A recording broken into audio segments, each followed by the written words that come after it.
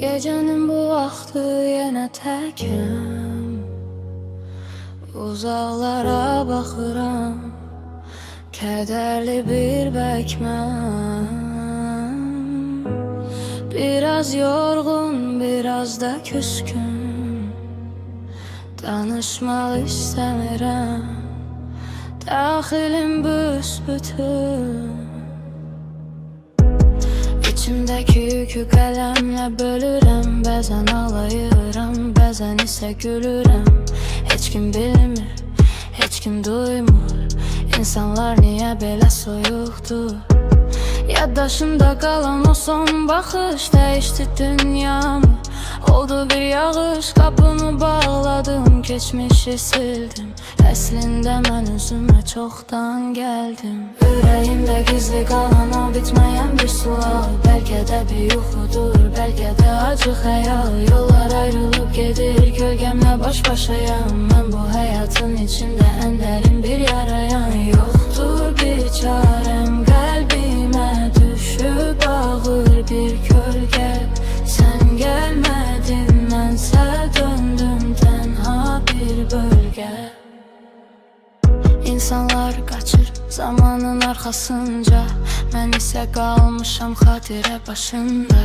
Bir parça kağızda gizlənir dərdim, bəlkə də mən xoşbəxtliyi heç görmədim. İndi hər şey uzaq, hər şey yalandı, ürəyimdə qalan bir qırığandı. Kimsəsiz bir yolda özümlə baş başa dönmürəm geriyə, baxmıram heç yaşa. Bəzən itirmək ən böyük qazancdır, ürəyində yanan bu sonuncu şamdır. Söndürmə onu, qoy yansın hələ, həyat bizi qaçsa da beləcə sələ.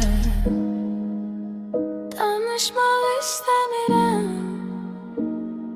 səssizliyə bürünür hər yer, yalnız bu zərif səs və mən.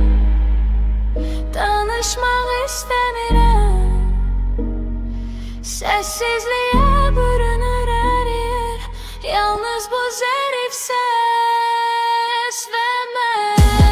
Nəsə də amma bitməyən bir sual, bəlkə də bir yuxudur, bəlkə də acı xəyal. Yollar ayrılıb gedir, kölgəmlə baş başayam. Mən bu həyatın içində ən dərin bir yarayam. Yoxdur bir çarəm, qəlbimə düşüb ağır bir kölgə. Sən gəlmədin, mənsə döndüm tənha bir bölgə.